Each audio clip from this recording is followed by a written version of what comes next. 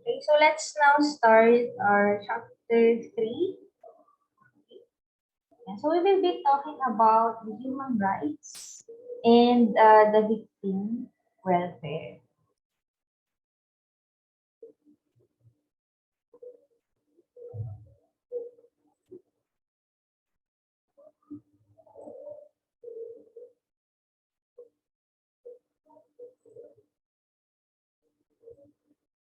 Yeah. So for this meeting, we aim to learn the rights accorded to human rights, the Bill of Rights enshrined under our 1987 Philippine Constitution, the types of duties and the constitutional and statutory rights of the accused and the victims' welfare. Okay, so let's talk about right. No? Yan. So our idea of right, it comes to us kahit na hindi pa tayo na ipapanganak. We already have the right. No? Yan. So objectively, right is anything that is owed or due. And subjectively speaking, right is residing in a person. Right is a moral power.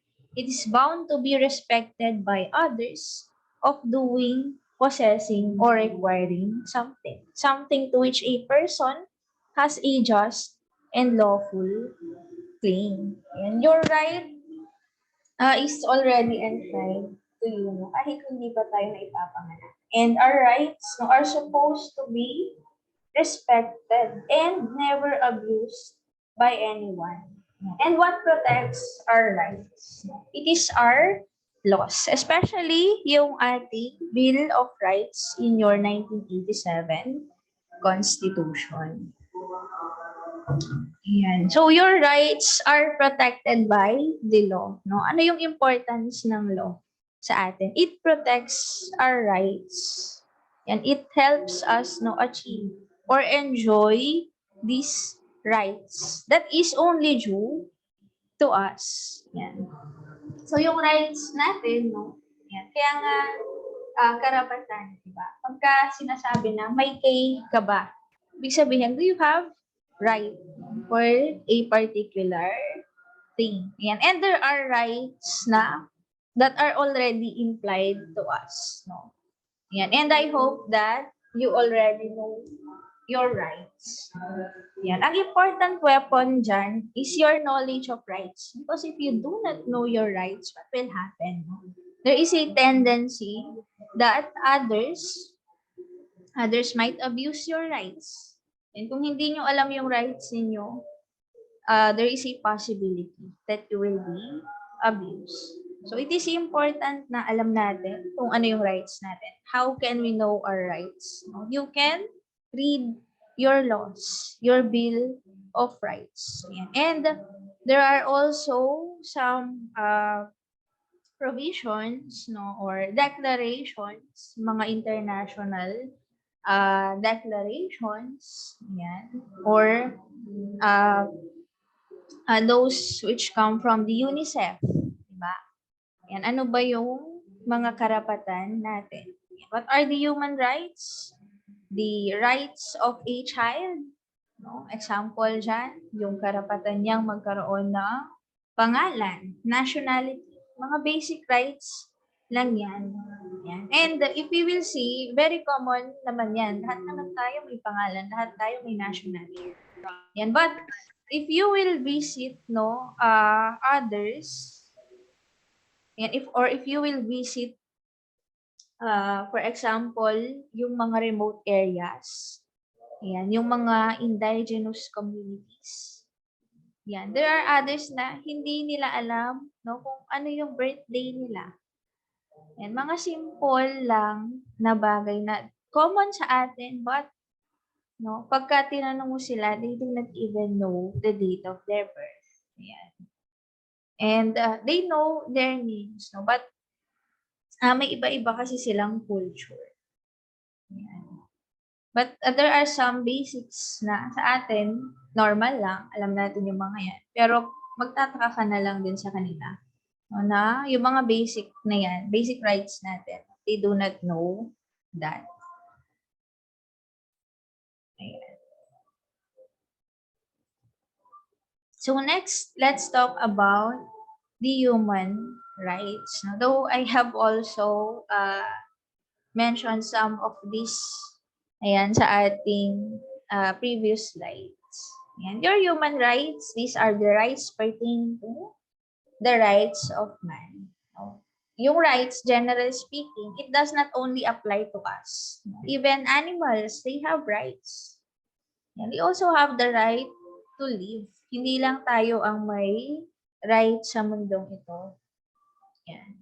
And of course, no human rights, no as humans, it is very valuable to us.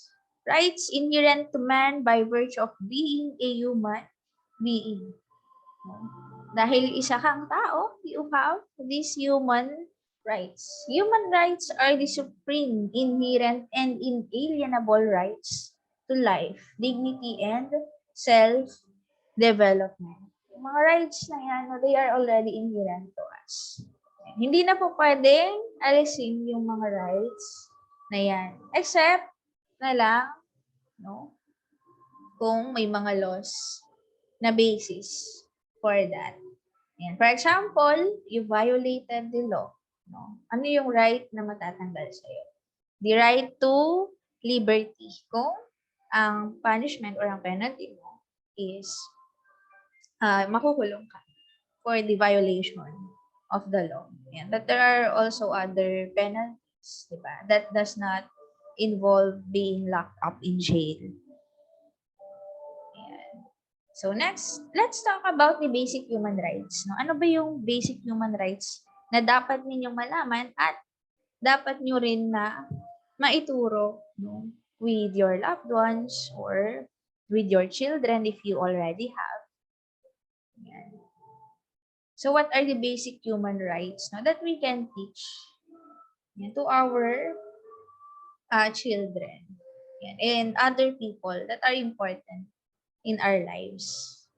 Yan. So we have the right to life. No? I told you, hindi pa tayo pinapanganak. Meron na tayo, right? We have the right to life. Yan. And in our country, abortion is illegal. Although there are some countries na legal yung abortion. But sa atin, we value life. Yan. So we have this right to life. And ano yung exceptions, no? For every rule, there is an exception. Yan. There is an exception to right to life. We all have the right to live. Yan. But, exception, number 1, self-defense. No? Yan. Your fellow human, no, yung kapwa natin tao, they have the right to life. But, in cases that they are trying to take your life, no? And the number 1 instinct is, of course, no, to protect yourself from danger. Yan, dahil ang taong to, sinusubukan niya, no, kunin yung life, your right to life. No? And it is only just for you to defend yourself. And so what should you do? You can defend yourself. Sometimes, sa self-defense, ang nangyayari, ang napapatay, no, yung aggressor. Ayan, the one who attacked first. Yan, dahil nga, pinoprotektahan mo na nga yung sarili. And this is justified by the law. You can visit your justifying circumstances in your revised penal code. And there are also other circumstances. For example, the death under exceptional circumstances. Yan. Paano po yan nangyayari? For example, actually sa law nyo na yan. No? For example, you are already married. Ayan. At pag uwi mo, you caught your husband or your wife in the act, no, of having coitus or sex with another person. Ayan. At dahil sa galit mo, napatay mo yung dalawa. No? You are exempted by the law under the death under exceptional circumstances. Na makikita nyo rin sa inyong revised Penal Code. Yan. What else? No? Yan.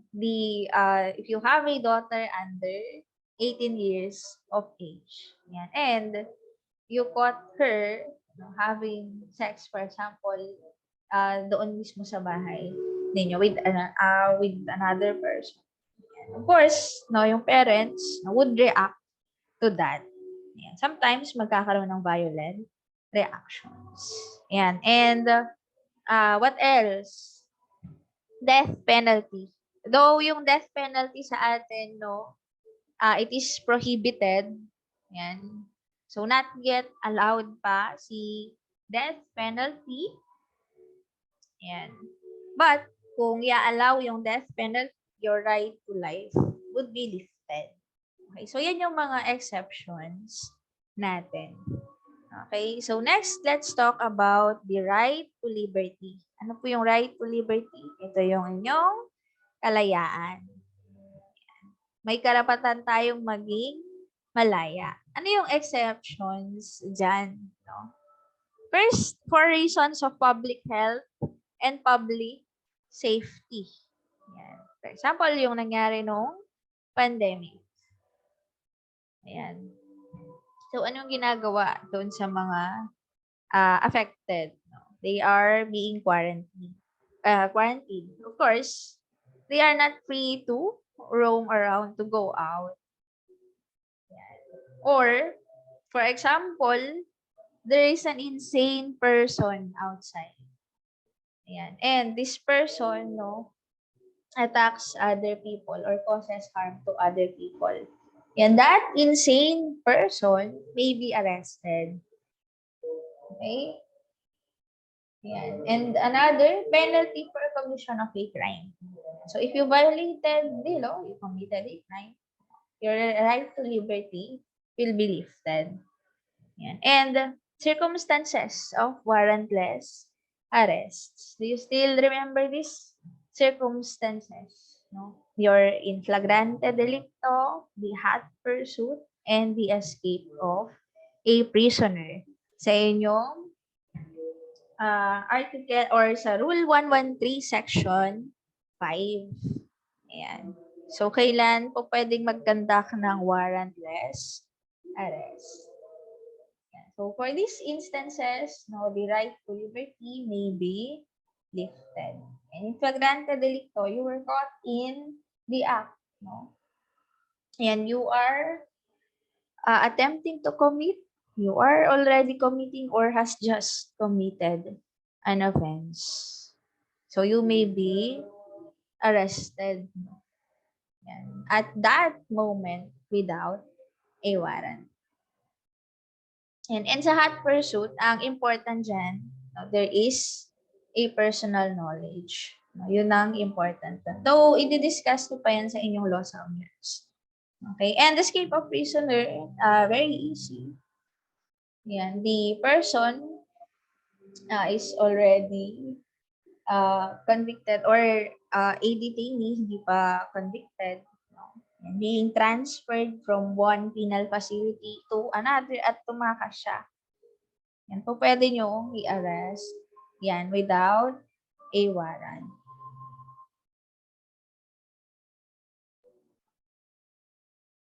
And now let's go to your right to property. You have your rights to your property. If you own any property or any material thing, no, you have the right to use it, to possess it, and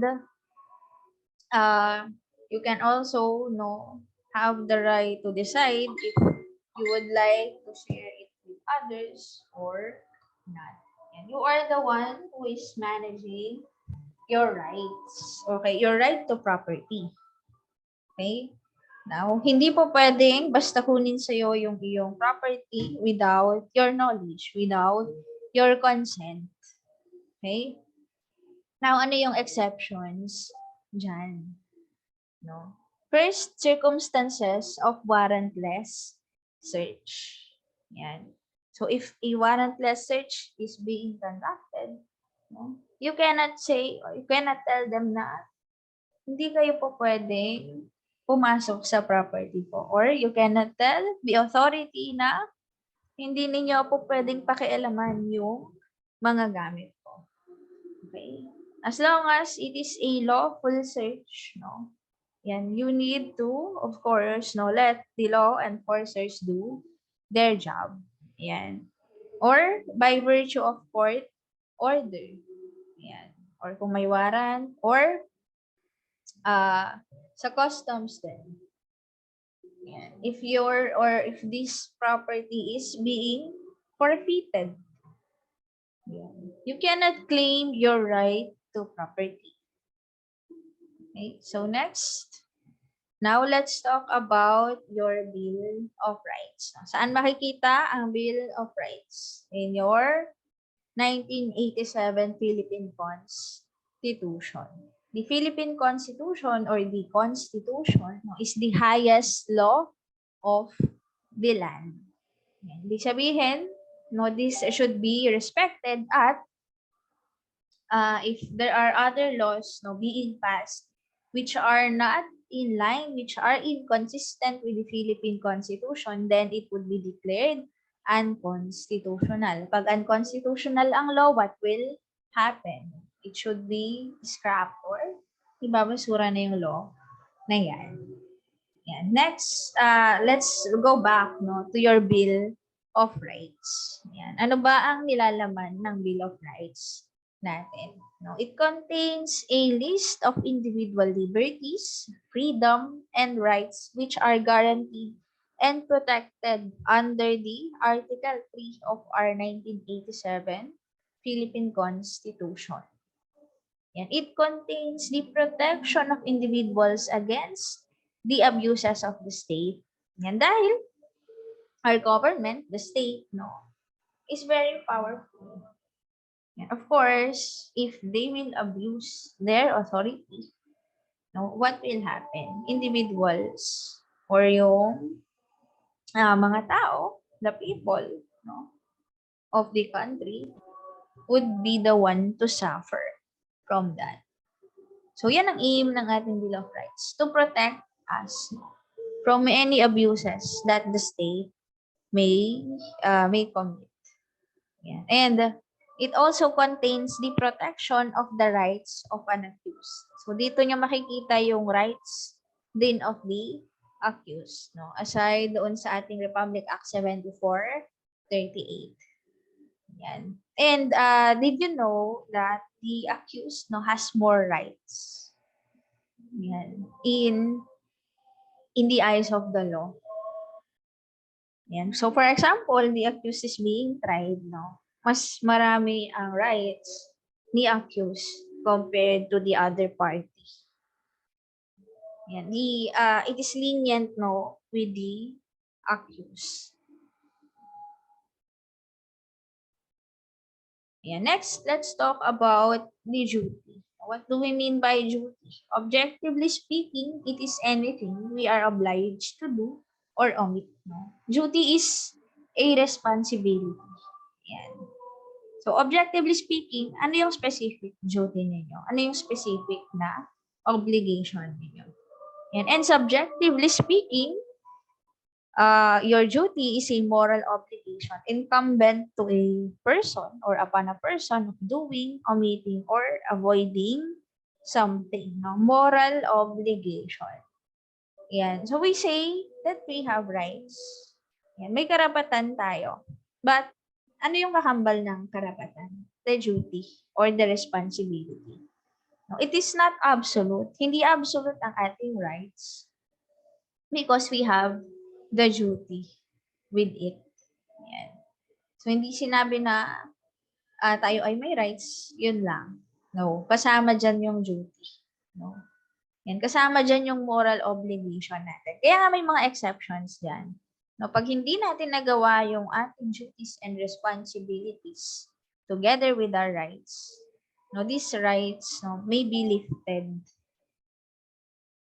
Ayan. So, if we have this duty, ano ba yung duties natin? To obey and follow the law. Diba? To become a moral citizen. Ayan. To follow our social norms, the laws, and to be an ethical person. Ayan, not unethical. Okay? Maging ethical tayo. Maging mabuti tayong tao. Yan ang ating duty. Meron tayong rights, but we need to be a good person. Yan, who is a or an abiding citizen. Yan, we need to abide by the law. Yan. And take note, the duty is defined by law. Yan. So, ano yung definition ng law? No, of duty.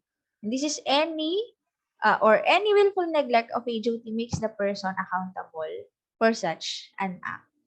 Yan. So, if you neglect your duty, what will happen? You will also be liable by the law. Yan. So, our law no, should be followed. Yan. Whether kung may pinoprohibit si law, yun ang hindi ninyo gagawin. Pero kung may sinasabi si law na dapat natin gawin at hindi natin nagawa yan, no, we neglected our duty, then we would be accountable or liable for that act. Ayan. So let's talk about the kinds of duties. What are the kinds of duties? Ayan. So first, the natural duties. And what are these natural duties? Are those imposed by natural law, such as the duty to care for our health. Yan. So, isa yan sa mga duties natin, no? That we need to care for our health. Yan. How can we do that? No? By living, no, doing exercises, yan, not eating foods that are nutritious. Yan. It is our duty to take care of our health. At para kanino yan? Para sa atin. This is a natural duty. Ayan. Next, let's talk about the affirmative duties. Ayan. So, ano yung mga affirmative duties na to? Are those which require the performance of a certain act, such as casting a ballot during election, applying for a business license, etc. Ayan. So, your affirmative duties are the duties that you should do, no? May required performance. Ibig sabihin, meron kayong dapat na gawin. Meron kayong dapat na i-comply. Ayan. So, for example, you are already a registered voter, no? You need to exercise your right to suffrage. Ano yung right to suffrage? The right to vote. Yan, a candidate that that you want, no, to sit for the position. Yan. What else? No, applying for license, or driver's license. Yung mga drivers dito, are you sure that you already have your license? So, it is required. Sabihin, kailangan, meron kayo niyan. No? You need to do an act. Kailangan ninyong gawin yan. Okay? Next, let's talk about the positive duties. Yan. Are those imposed by a human positive law, such as the duty to pay taxes and observe traffic rules. Yan. So, these are imposed by our laws. No? A human positive law. Example, paying our taxes and observing traffic rules. Yan. Your affirmative duties naman, it requires performance of such an act. Yan. Pagdating kay positive duties, no, simply obeying the law. No? Though, there are also some parts of this na kailangan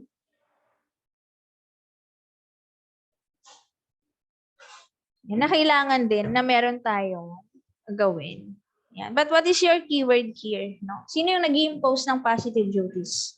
The human positive law. Yan. And when it comes to affirmative duties, no, there is a required performance of an act. You need to do an action. Okay? Next, negative duties are those which require the omission of certain act. Ang simple lang ng gagawin ninyo, you will omit or hindi ninyo gagawin. Yan. Ano yung hindi ninyo dapat gawin? For example, carrying of illegal firearms. Yan. Huwag kayong magdala ng illegal firearms. Not destroying the property of others. Huwag nyo sirain yung property ng iba. Napakarami ng nating negative duties, no? Yan. And you can also see this in the 10 Commandments. Yan. And so some of the 10 Commandments, no, were also transformed into our laws. Yan. Sa revised penal code ninyo, di ba? The crimes against persons. Ano yung mga hindi ninyo dapat gawin sa kapwa ninyo tao? Yan.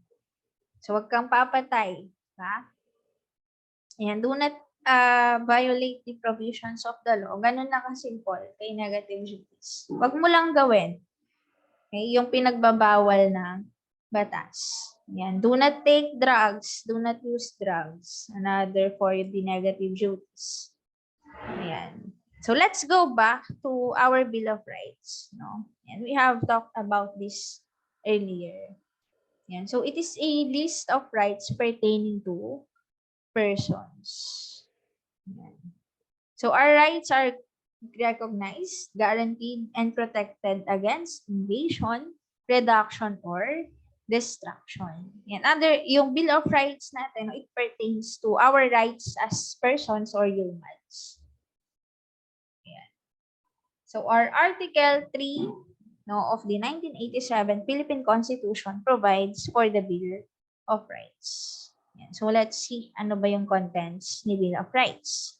Section 1. No person shall be deprived of life, liberty, or property without due process of law. Take note of this, the due process of law. Nor shall any person be denied the equal protection of the laws. Kailangan may due process. Kaya andyan yung ating rights. Yan. The rights of the accused. Yan. So, hindi po pwede na basta i-deprive sa'yo yung iyong life, your liberty, or your property. Yan, nang walang due process. No? Nang hindi man lang nagkaroon ng trial, na judgment na kaagad. Hindi po pwede yon. Kailangan may due process. Kailangan dumaan sa proseso. No? You should be informed of your rights. Yan. At kailangan magkaroon ng trial bago i-deprive sa'yo yung iyong life, liberty, or property. Yan. So, kailangan natin ng due process of law and of course, no, you should not be denied the equal protection of the laws.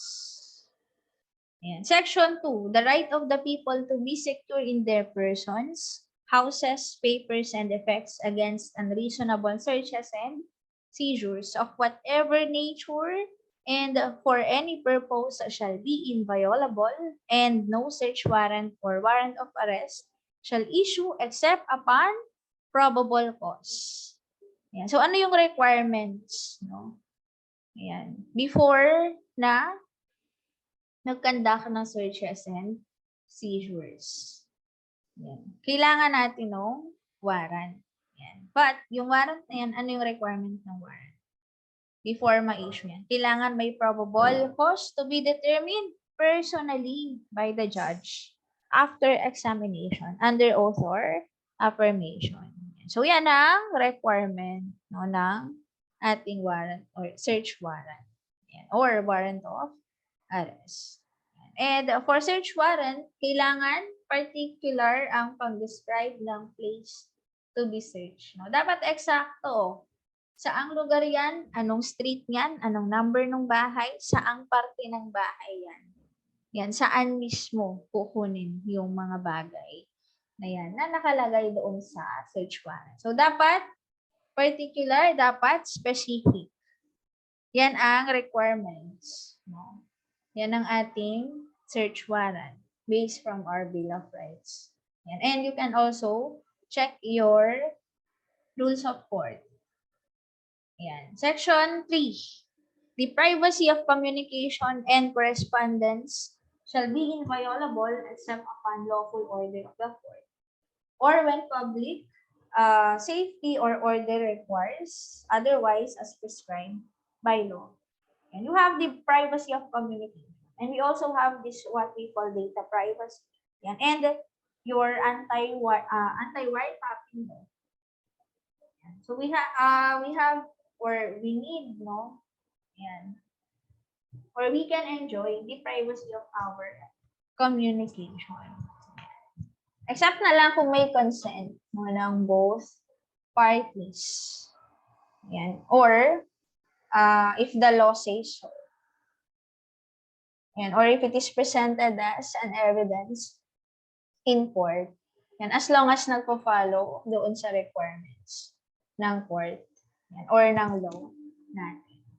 Any evidence obtained in violation of this or the preceding section shall be inadmissible for any purpose in any proceeding.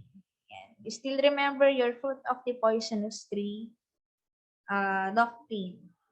So, any evidence na ma-contain ninyo in violation of any law, yan, or if you violated, no, the privacy of communication, yan, hindi admissible ang evidence na yan. Now, that will not be admissible as evidence.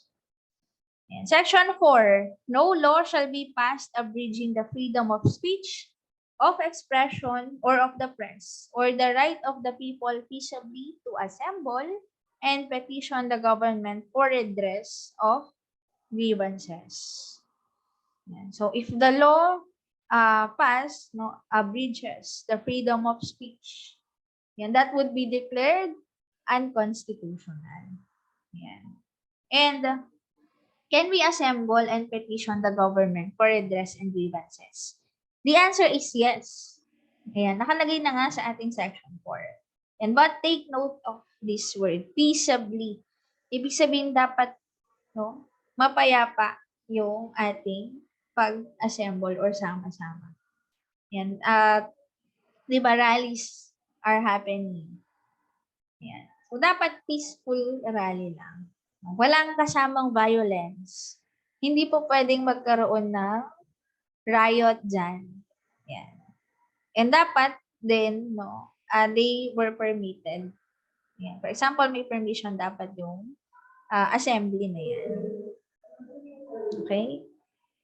Next, section 5. No law shall be made respecting an establishment of religion or prohibiting the free exercise thereof. Yan. Because the state is already separated with the church. Yan. So we cannot make a law na we only recognize this particular religion at hindi natin pinapayagan itong ibang religion. Hindi po pwede yan. That would be unconstitutional. And we have the right to exercise and enjoy our religious profession and worship. No? Any religion man yan, we need to respect them. No? We should not discriminate. Without discrimination or preference shall forever be allowed. Yan. Napakalinaw, di ba?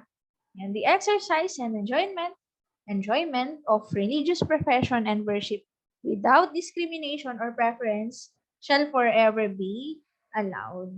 Yan. So, walang batas, no? Walang rule na pwedeng magsabi na hindi natin pwedeng i-exercise, no, yung ating religious profession and worship. And no religious test shall be required for the exercise of civil or political rights. Yan.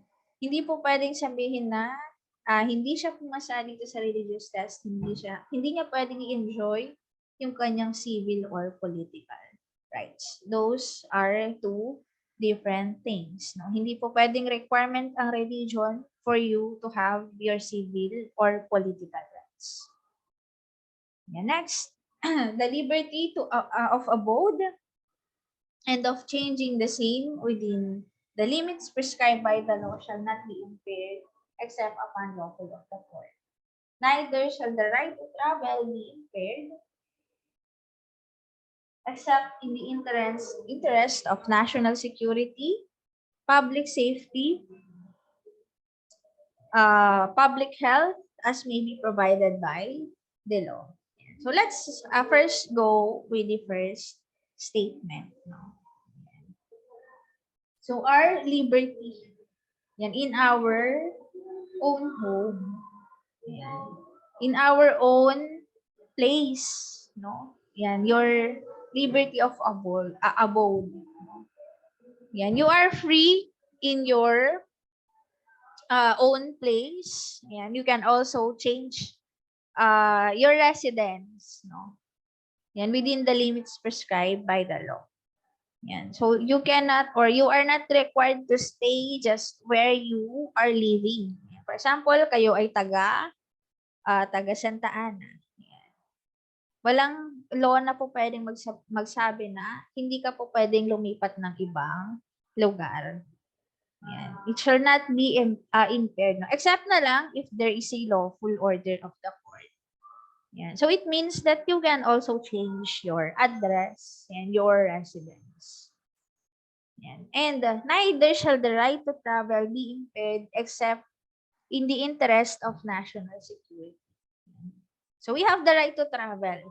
Except na lang, bakit nagkakaroon ng travel ban? Yan. Or bakit nagkakaroon ng closed borders? Diba? Recently lang, sa pandemic. Ayan. For our safety, diba? Or public health. Ayan.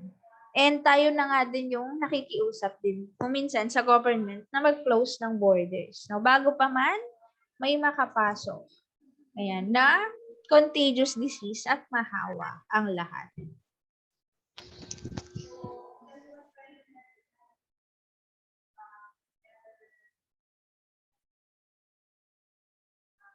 Ayan, next, Section 7, the right of the people to information on matters of public concern shall be recognized.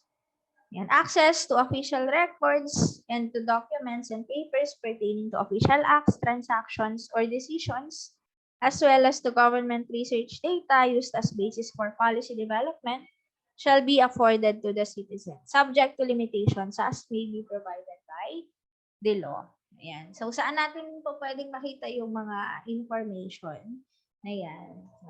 Yan. Meron tayong official gazette. Yan. What else? No? Yan. So, there are a lot of ways, no? And the government, of course, no, should give an access to the public. Yan. Para makita natin yung mga copies of laws. Yan. Or their research, no? Kung may mga researches na kinakandak ang government. Ayan. What else? No? Ayan. Statements of assets, liabilities, and net worth. Ayan. Part din ng pagiging transparent ng government. So, dapat na-access din yan ng public. No? We have the right to be informed, no, on the matters of public concern. And because this may affect us. So, kailangan we are also well-informed, no? And Section 8, the right of the people, including those employed in the public and private sectors, to form unions, associations, or societies for purposes not contrary to law shall not be abridged. Yan. So, for example, no, may mga employees who wants to form associations, and hindi po pwedeng pigilan yan, no, ng mga companies. Yan. As long as wala naman silang binaviolate na law. Ayan. Next, private property shall not be taken for public use without just compensation. Ayan. So, for example, you have a private property. No? Hindi po pwedeng basta yan kunin ng government sa'yo without just compensation. Yeah, next, no law impairing the obligation of contracts shall be passed. Yeah, so we have this obligation of contracts. Yeah, this is an agreement. So once contracts are signed, no, there is an agreement. Yan na kailangang gawin ng both parties. Yan. So hindi po pwede na gumawa ng law para ma-contradict yung agreements dyan or para makagawa ng paraan, no, para malusutan yung mga agreements. na yan. Yung obligations that are stated in these contracts. And Section 11, free access to the courts and quasi-judicial bodies and adequate legal assistance shall not be denied to any person by reason of poverty. And that's why we have the PAO or the Public Attorney's Office. No? Kung yung tao, mahirap siya, hindi niya afford ang isang lawyer, no? Hindi po pwede na ma-deprive siya of adequate legal assistance. And so the government should provide for these people, no, who are poor and cannot afford the services of a counsel. Yan. Actually, makikita din ninyo yan sa Miranda rights ninyo. Diba? Okay, so let's proceed to the section 12. Ayan, of our discussion. And still under your Bill of Rights. Okay, so number 1, any person under investigation for the commission of an offense shall have the right to be informed of his rights. Right to remain silent. Ano yung rights na yan? That is in your Miranda doctrine. Yan. First, the right to remain silent. You memorize these Miranda doctrines. Yan. Right to remain silent, right to have a competent and independent counsel, preferably of his own choice. If the person cannot afford the services of the counsel, he must be provided with one. And remember, no, that these rights cannot be waived except in writing and in the presence of counsel. And actually, meron ding Tagalog version, di ba? Itong ating Miranda doctrine. Yan na dapat basahin, no, ng ating law enforcers before they conduct the arrest. Yan. At kung maging police officers kayo someday, no, huwag niyong kalimutan yan. Before kayo mag-conduct or habang inaaresto niyo yan, pwede niyo siyang basahan ng kanyang rights. No? Pero kung hindi possible yan, no, kung pwede niyo rin gawin yan after the arrest. Pero as much as possible during the arrest. No? Ayan, much better yan. Dahil, kumbaga, no, para safe na rin kayo. Ayan. And isa pang question, yung warrant of arrest. For example, may warrant of arrest kayo. Ayan. And you are arresting the person. Required ba na ipakita mo muna yung warrant of arrest bago mo arrestuhin yung tao? And what if tumatakbo na yung tao? Ayan. Tapos yung warrant of arrest, hawak-hawak mo at pinapakita mo sa kanya. No? Ayan. So yan, kung pwede nyo naman na ipakita yung warrant of arrest after the arrest. Pagka na-arrest nyo na siya, kung pwede ninyo ipakita sa kanya yung kanyang warrant. Yan. And ito yung huwag niyong kakalimutan. And habang ina-arresto nyo siya, or habang, for example, you are already putting the handcuffs, huwag niyong kalimutan na basahan siya ng rights niya. O sabihin itong rights niyang yan. Yung Miranda Doctrine. No? Dapat kumpleto.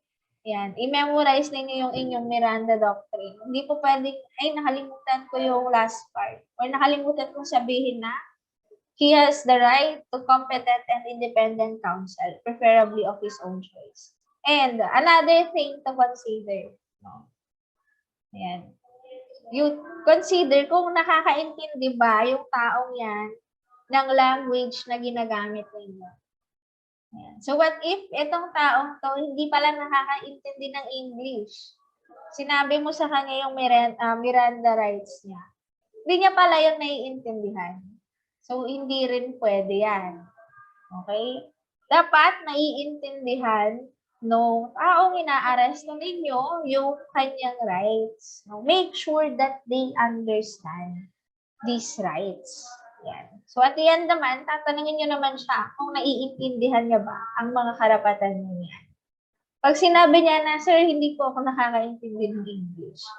Yan. So, kailangan ninyong i-translate yan sa Tagalog sa kanya. Okay? Ayan, there is a question. What if Chinese po yung inaaresto? Ayan. Ang problem lang, paano ka mag-Chinese? But you can use the English language since yan ang universal language naman. Ayan. And next slide, no torture, force, violence, threat, intimidation, or any other means which wishing the free will shall be used against him. And bawal na bawal yan. No torture, force, violence, threat, or intimidation. Na sinabi mo kapag hindi ka umamit, yan, ano yung gagawin mo? Ito-torture siya. So, bawal yan. Sa movies niya lang yan nakikita. But in reality, hindi po pwede yan. Dahil kayo pa yung makakasuhan pag ginawa nyo yan. Bawal din ng secret detention places. Yan. Nadadalhin nyo siya sa malayong lugar para i-extract yung kanyang confession. So, hindi rin po pwede yan of law. Yan. We have mentioned this due process of law kanina. Okay? And you should not answer a criminal offense kung hindi legal yan. Kung walang legal basis. Yan, na basta ka na lang hinuli without warrant of arrest or hindi man lang pumasok sa provisions ng warrantless arrest. Yan, that is illegal. You are not required to answer that. Yan, kung hindi naman legal ang charge sa iyo or yung arrest. Okay? And you cannot be held to answer for this criminal offense. And in all criminal prosecutions, the accused shall be presumed innocent until the contrary is proved. No? Hindi dahil siya yung accused, no? Siya na yung guilty or siya na talaga ang gumawa ng crime. Okay? You always remember that the accused shall be presumed innocent hanggat hindi napapatunayan sa court that this person is guilty beyond reasonable doubt. Yan ang quantum of proof, no, of evidence or quantum of proof that is required yan, para ma-convict ang isang tao yan, in court. Yan, remember that yung guilty beyond reasonable doubt. No? Walang bahid ng pagdududa na siya talaga ang gumawa ng crime na yan. Okay? And shall enjoy the right to be heard by himself and the counsel. Kaya nga meron tayong trial, diba? May paglilitis tayo. And to be informed of the nature and the cause of the accusation against him. Para malaman niya, ano nga ba talaga yung ibinibintang sa kanya. Yan. At para maipagtanggol din niya yung kanyang sarili. Masabi niya yung side niya in court. And it will happen, of course, kailangan magkaroon muna na arraignment. No? Sa arraignment, what will happen? And during the arraignment, the person, no, or the accused, yan, will tell the court kung siya ay magpi-plead guilty or not guilty. Yan. Pag nag-plead siya ng guilty, what does it imply? He already says that he committed the crime.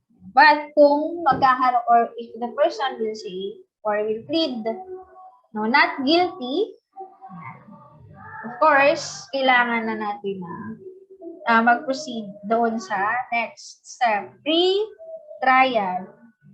So, pre-trial, nasa arraignment din pala, no? Yan. I-inform din si accused, no? Of the nature and cause of accusation. Dito nangyayari yan, yung pag-inform sa kanya. Okay? Pre-trial naman, yung pag-exhibit natin ng mga evidence that we will present in court. Okay? Later on sa trial natin. And to have a speedy, impartial, and public trial. So we have this speedy trial. No, dapat 100 sa loob ng 180 days. Yan, matapos yung trial. Ideally, sometimes it doesn't happen. Kung minsan umaabot ng ilang taon yung isang kaso bago pa man yan matapos. Yan. What else? No? Ano pa ang rights yan, ng ating accused? To meet the witnesses face-to-face and to have compulsory process to secure the attendance of witnesses. Pero nung pandemic, nagkakaroon din ng online trial. Yan. But in those times, kung pwede pa rin namang ma-meet ng accused yung witnesses. Ayan. And the production of evidence in his behalf. O pwede rin siyang, of course, mag-present ng evidence, no, for his claims. Ayan. However, after the arraignment, no, trial may proceed, notwithstanding the absence of the accused, provided that he has been duly notified and his failure to appear is unjustifiable. Yan. So pagka nag-proceed na with the trial, no, at itong si accused, absent siya, wala siyang valid reason. Ano mangyayari sa trial? The trial may proceed. No, kahit wala itong accused, hindi siya nag-attend, wala siyang valid reason. Unjustifiable yung kanyang reason. Yan. So, yung trial, magtutuloy pa rin kahit wala siya. Pero kung may valid reason siya, justifiable, no, yung kanyang excuse, then, ipopostpone mo na yung trial. Yan. Section 15. The privilege of the writ of habeas corpus shall not be suspended except in the cases of invasion or rebellion when public safety requires it. So your privilege, no? And this is only a privilege, in which this person, no, can report for an unlawful detention, yan, or imprisonment. No, for example, unlawful yung detention na ginawa sa kanya, the person may report that to your court. And this person may request to the court, no, the custodian of the person, usually yung mga prison officials, yan, to bring this prisoner to the court, no, to determine kung yung ginawa bang detention sa kanya is lawful or not. And actually, this is an issue, no, during the dictatorship of Marcos. And during that time, nagkaroon daw ng mga unlawful detentions. And during that time. But allegedly, no, we are not saying na because I cannot present to you some or I cannot present evidence. Ayan, allegedly lang, may mga issues ng unlawful detentions during that time. Ayan, pero wag na natin pahabain, baka magkaroon pa tayo ng debate. Okay? Ayan, so section 16 na tayo. All persons shall have the right to a speedy disposition of their cases before all judicial, quasi-judicial, or administrative bodies. And this is supported by your Speedy Trial Act. Next, Section 17, no person shall be compelled to be a witness against himself. Or this is your right to, or right against self-incrimination. No? You cannot incriminate yourself. Ayan. So, kapag ka sinasabi na mag-witness ka against yourself, that is not allowed. You can refuse to that. Ayan. Sometimes, we use that, no? Ayan, in some arguments. Ayan. So, for example, ikaw ay pinapaamin, ayan, sa mga bagay, no, that is being accused. Yan, to you or sa mga bagay na binibintang sa'yo. Yan. Sometimes we tell them, we have the right against self-incrimination. And you have that right. Yan. We have that right against self-incrimination. Hindi tayo po pwedeng utusan ng court, tumayo ka sa witness stand at mag-witness ka against sa sarili mo. Sabihin mo sa amin kung ano yung mga nangyari noon, ano yung mga ginawa mo. Yan. That is against yourself. No? The court cannot compel you to do that. Anyone cannot compel you to incriminate yourself. Yeah. Next, no person shall be detained solely by reason of his political beliefs and aspirations. Yeah. For example, no, ikaw ay naniniwala kay Rastaman, yan, at ipinaglalaban mo siya, hindi ka po pwedeng ikulong dahil dyan sa paniniwala mo. So, whoever you support, no, kakamping ka man or you are a supporter of Marcos, yan, yung dalawang magkalaban na yan, hindi ka po pwedeng arestuhin kahit na sino pa man sa mga kandidato mo yung iyong sinusuportahan. No? Ano man yung political beliefs or aspiration mo, hindi ka po pwedeng ikulong dahil lang dyan. Okay? Next, no involuntary servitude in any form shall exist except as a punishment for a crime whereof the party shall have been duly convicted. Involuntary servitude. Hindi ka po pwedeng i-compel or pilitan ka na mag-serve. Ano yung naging principle dito? Diba? During the ancient times, yung mga tao, no? Other people, lalo na dun sa mga nasa lower class, they were or they became slaves. No? Yan. Hindi ka po pwedeng maging slave as or hindi ka po pwedeng gawing slave, no, ng kahit sino. Ayan. Or pilitin ka na mag-serve. Ayan. Na hindi mo kagustuhan. Ayan. Hindi ka po pwedeng pilitin na magtrabaho na hindi mo kagustuhan. And ano yung exception dito? Except as a punishment for a crime whereof the party shall have been duly convicted. Except na lang kung yan ang punishment sa crime.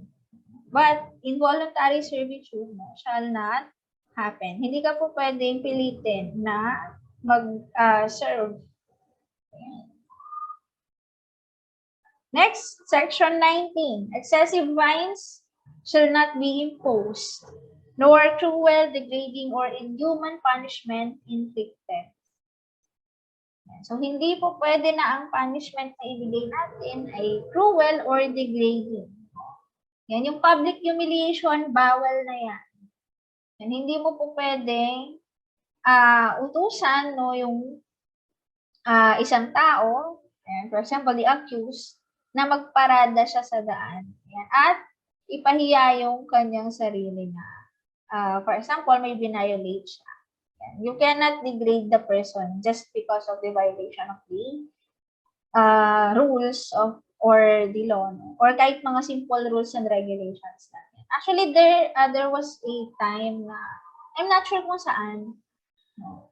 Then meron daw city kung saan yung mayor, yan, pinagpaparada niya yung mga nagbabiolate dun sa kanilang rules and regulations. Yan. Pero binawal yan kasi nga, this is a degrading or inhuman punishment. No? Na dahil nga napapahiya sila in public. Yan. Neither shall death penalty be imposed unless for compelling reasons involving heinous crimes. Saan lang po pwedeng i-impose ang death penalty? Sa heinous crimes. The Congress hereafter provides for it. And any death penalty imposed shall be reduced to reclusion perpetua.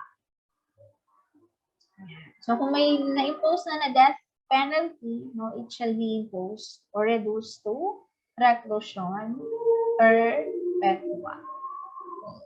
Yan. Unless nga na nag-involve, no, ng heinous crimes and the law provides for it. Yan. The employment of physical, psychological, or degrading punishment against any prisoner or detainee, or the use of substandard or inadequate penal facilities under subhuman conditions shall be dealt with by law. So, punishment, no, should not be degrading physically or psychologically man to the prisoner. At kung sila ikukulong, no, dapat yung facilities na yan, no, should not be under subhuman conditions. Dapat nag-follow tayo sa UN standard or standard, no, minimum for these facilities. Dapat may sapat na ventilation, may sapat pa rin pagkain. Yan, yung ating mga kulungan. Yan. At dapat yung capacity lang ng kulungan, kung ano lang yung kanyang capacity, yun lang ang laman ng kulungan. May malinis din dapat na tubig. Malinis na inumin at of course, no, yung mga palikuran. And so those are included here.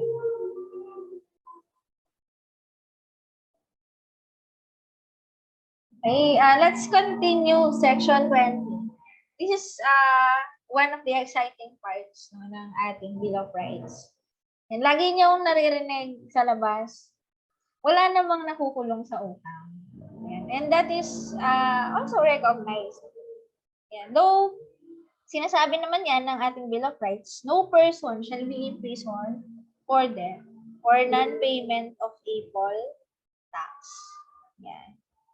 But, no, magkaiba yung estafa. Ayan, dahil yung estafa, may halong panloloko yun. Okay? Ayan. And of course, no, our duty is to pay our taxes. There are different kinds of taxes. Ayan, but that is an advanced lesson, no, pangloko na kasi yun. Ayan. But yung poll tax, if you did not or you haven't paid the poll tax, no, you should not be imprisoned solely by reason of that. Or dahil lang hindi ka nagbayad na utang. Ayan. Pero kung may halong panloloko yan, ay nako, ang ingay.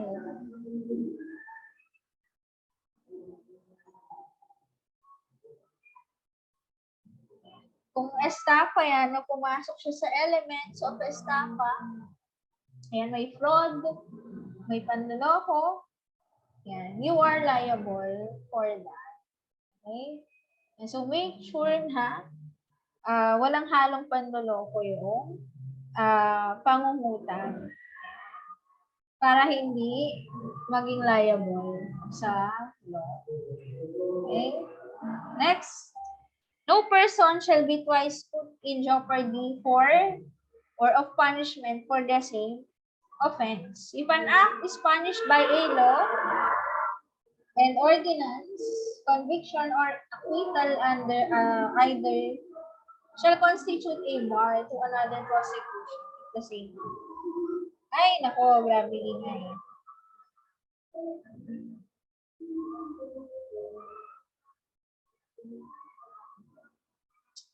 Yeah. So what do we mean by this, no? And we should not be put twice in jeopardy. For example, itong taong to, kinasuhan siya. Nagkaroon ng trial, after ng trial, no? Napatunayan na siya ay innocent. Pwede mo ba siyang kasuhan ulit? Na natapos na yung trial, hindi ka man or hindi ka file ng motion for reconsideration, ayan, or hindi mo inakyat, no, yung kaso, ayan, to higher courts. Ayan, natapos na yung kaso, hinayaan mo na. Dahil nga, siya ay declared na innocent ng court. Pwede mo bang ikaso sa kanya ulit yung same case na yan, same offense, same circumstance? Of course, hindi na pwede. No? Hindi ka pwedeng i-try ulit para sa same offense. No? And except na lang kung inulit mo yung offense. Pero kung hindi mo naman inulit yung offense at paulit-ulit yung pag-file ng case sa'yo against sa offense where you were declared innocent, then hindi yan po pwede. Ayan. Imagine na natapos na yung kaso mo, you are already declared innocent, you have proven no, to the court that you are innocent. Yan. The court said that you are not guilty of the crime. And kahit na inakyat pa yan no, sa ibang courts, you were still proven innocent. Hindi na po pwedeng i-file ulit yan. Okay? You should not be put twice in jeopardy. And Section 22, another important part of your Bill of Rights. No ex post facto law or Bill of Attainder shall be enacted. Ayan.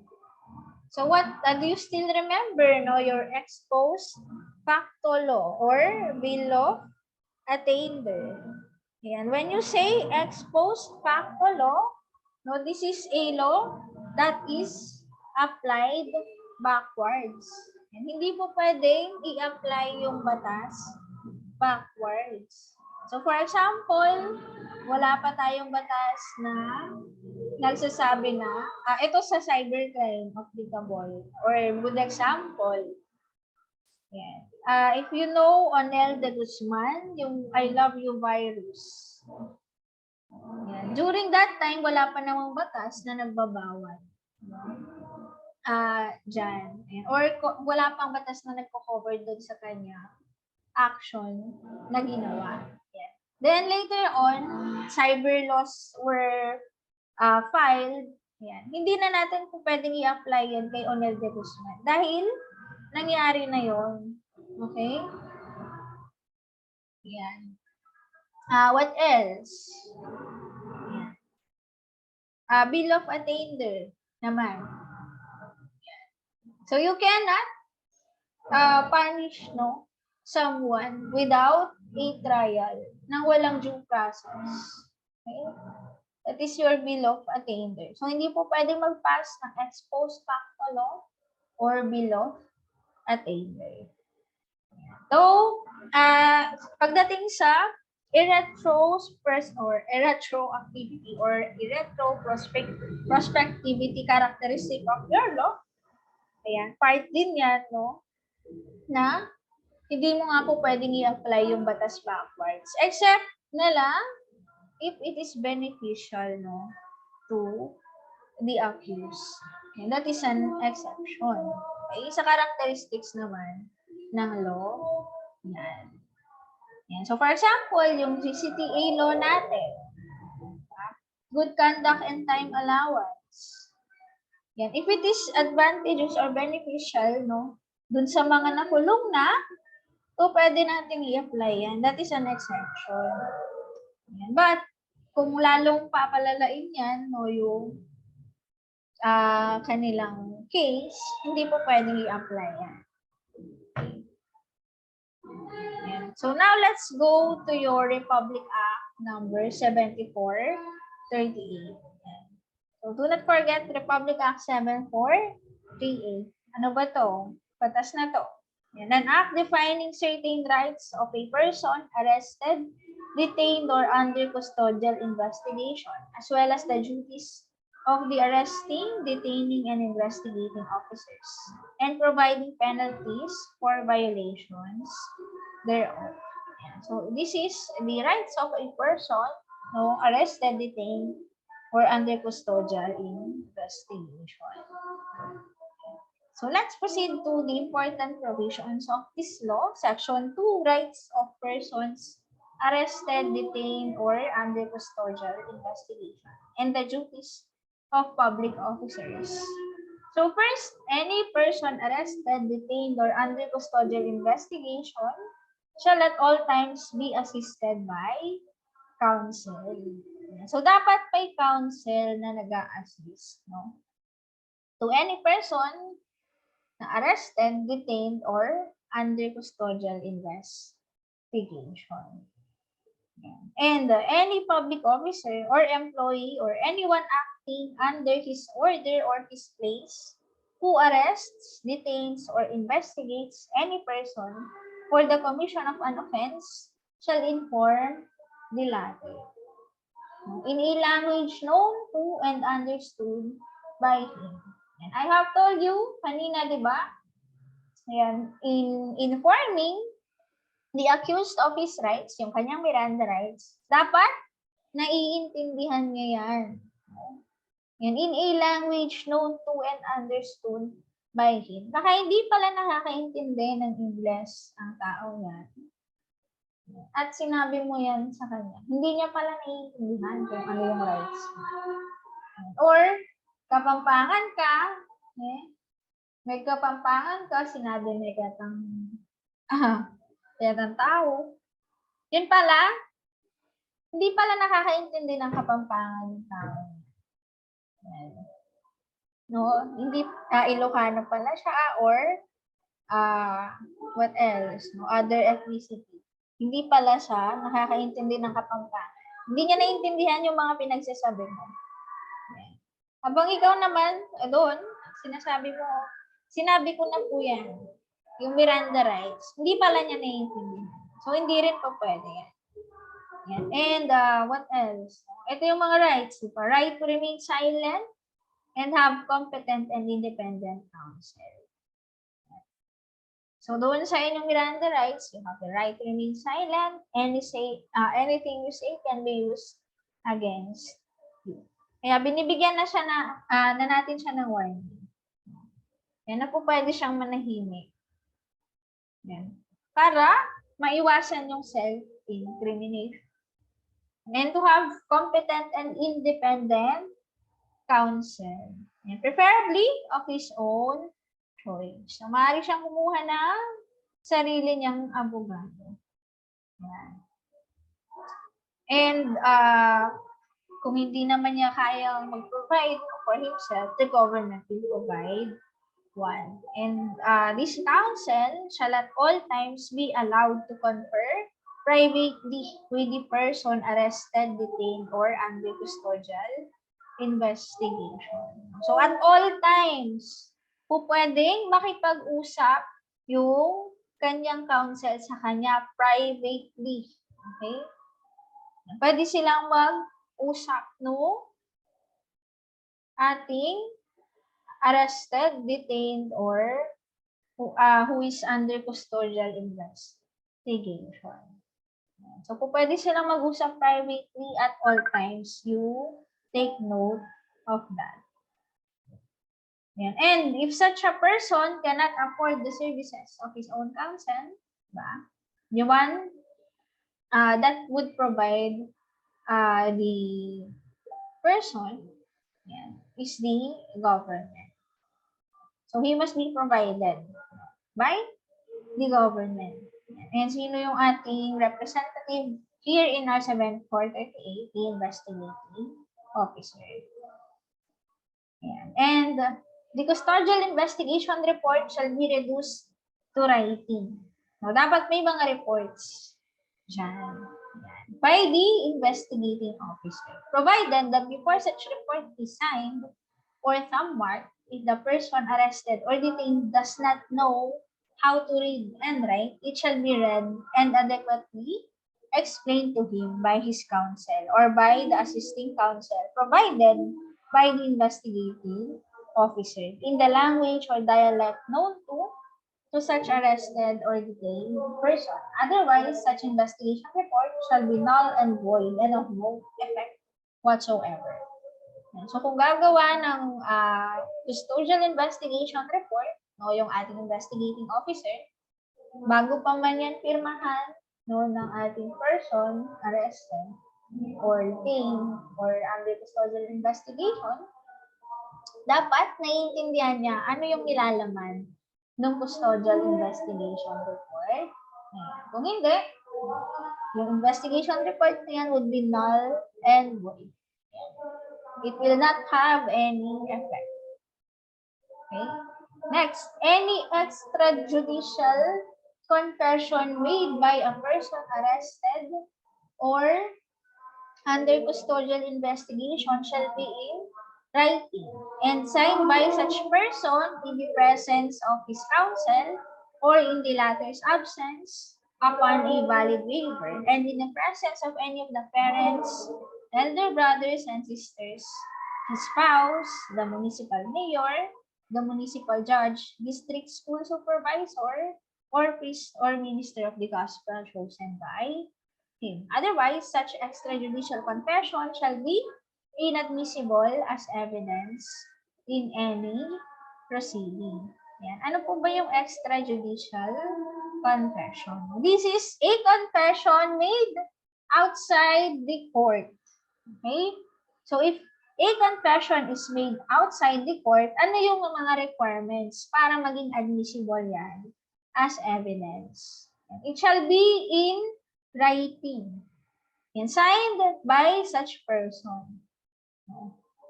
And sino yung person na yan? The one that who executes the extrajudicial confession. And in the presence of his counsel. Dapat nandyan si counsel no na isagawa yung extrajudicial confession at nire-reduce din into writing. Pero kung wala si counsel, no? Yan. Upon a valid waiver, kung andyan naman yung kanyang parents, elder brothers and sisters, yung kanyang asawa, the municipal mayor, si municipal judge, district school supervisor, or priest or minister ng kanilang gospel that is chosen by him. So, pwede. Basta may valid waiver at non-present yung mga binanggit natin. Yan. Kung hindi na-satisfy yung requirements na yan, that extrajudicial confession shall be inadmissible as evidence. Okay, so that is your extrajudicial confession.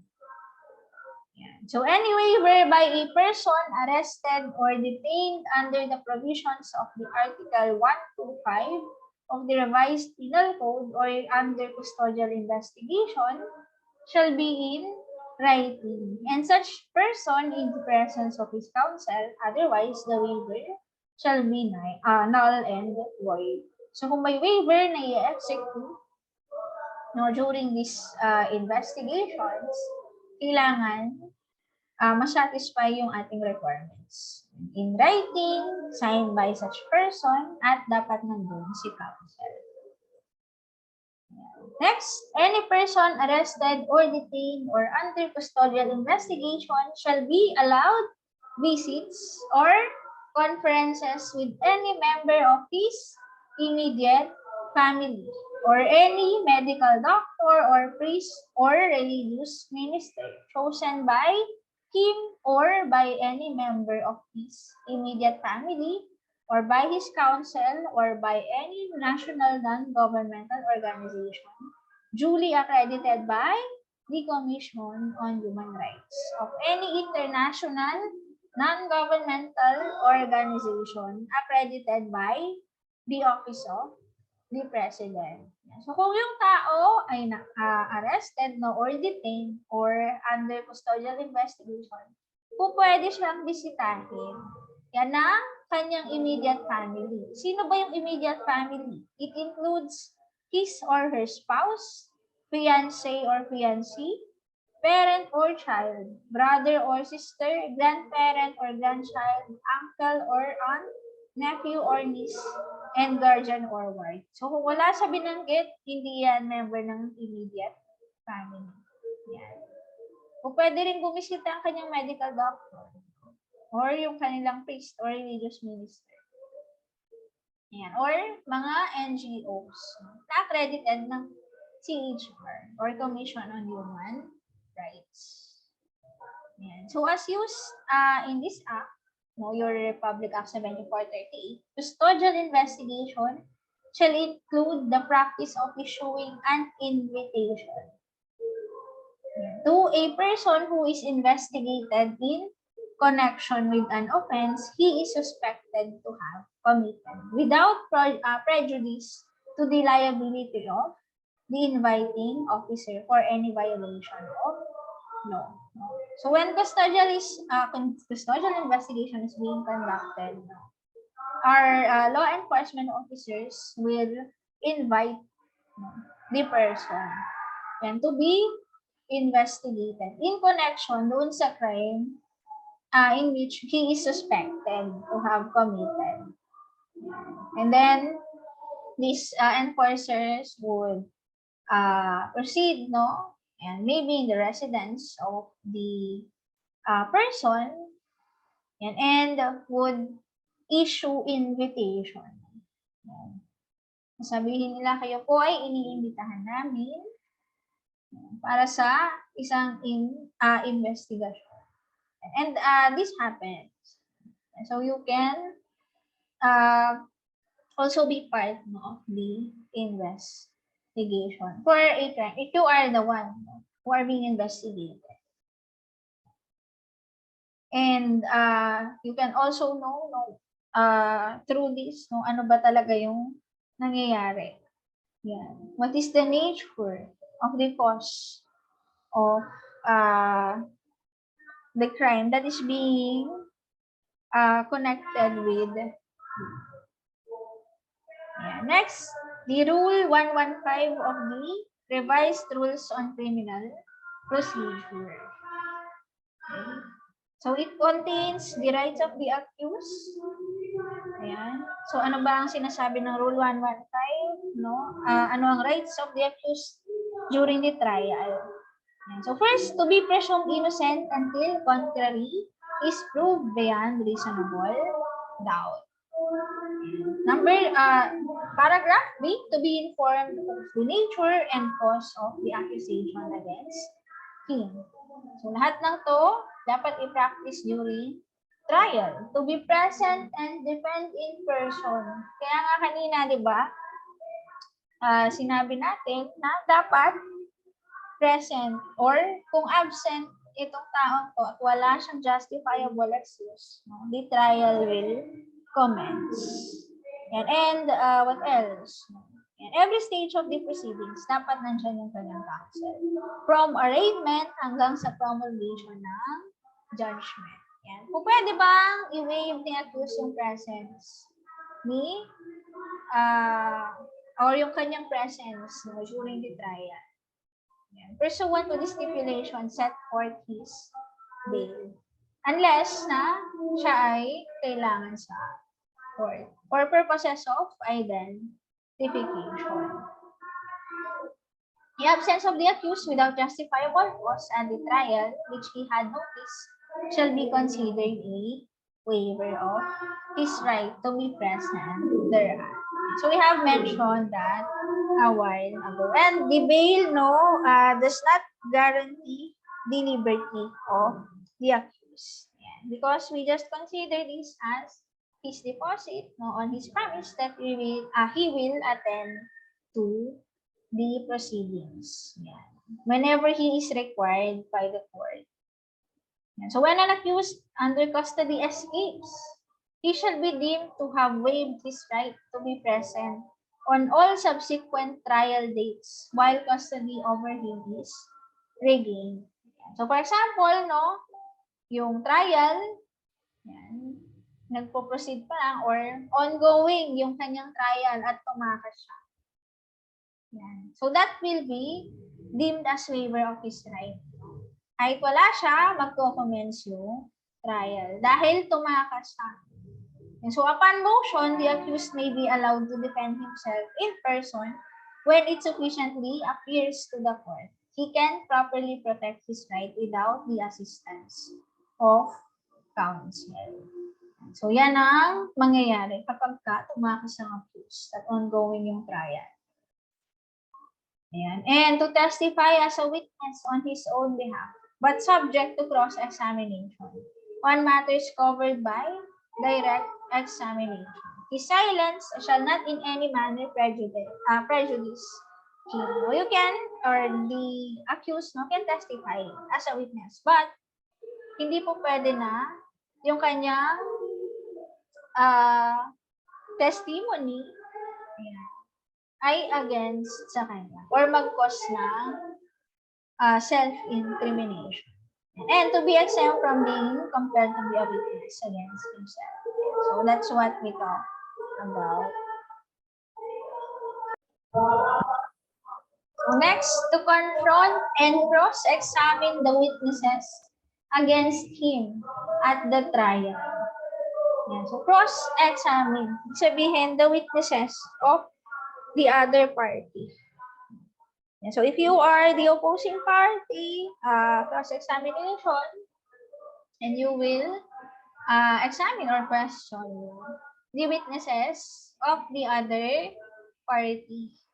Okay, so the accused may do this according to your Republic Act 7438. Either party may utilize as part of its evidence the testimony of a witness who is deceased or out of or cannot with due diligence be found in the Philippines, unavailable or otherwise unable to testify in another case or proceeding, judicial or administrative, involving the same properties and subject matter. So the adverse party having the opportunity to cross-examine. Yan. So kung wala yung evidence or wala yung witness, dahil namatay na yung witness ng kabilang party, hindi na nahanap, bigla na lang nawala. Yan. Unable to testify. Yan. So po pwedeng ano yung i-utilize na lang dyan. Part of its evidence. Though, sa testimony naman, and of course, first, meron na tayo judicial affidavits there. And the examinations were reduced into writing. Next, to have a compulsory process issued to secure the attendance of witnesses and production of other evidence on his behalf. So what are the other rights? Yan, ulit-ulit na, speedy, impartial public trial. The accused can also appeal in all cases allowed in the manner prescribed by the law. For example, nagkaroon na ng promulgation. Pwede pa rin mag-appeal as long as nagpa-follow pa rin sa requirements of the law. Okay?